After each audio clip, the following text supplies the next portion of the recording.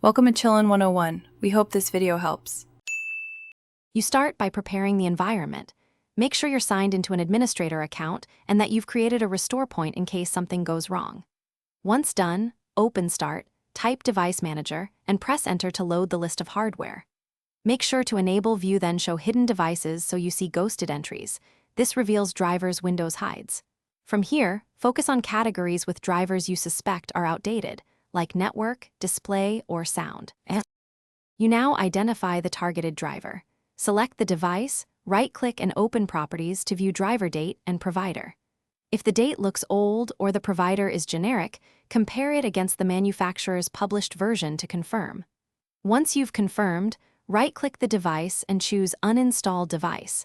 If the option appears, tick Delete the driver software for this device to remove packaged files.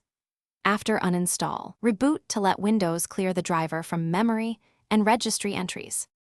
After rebooting, you should reinstall the correct driver, download the latest package from the vendor and run its installer, or allow Windows Update to fetch a compatible version.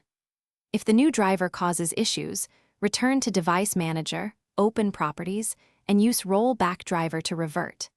If a driver refuses to uninstall normally, boot into safe mode and remove it there, then apply your restore point if stability isn't recovered. This single Thanks for watching. Consider subscribing if we helped you.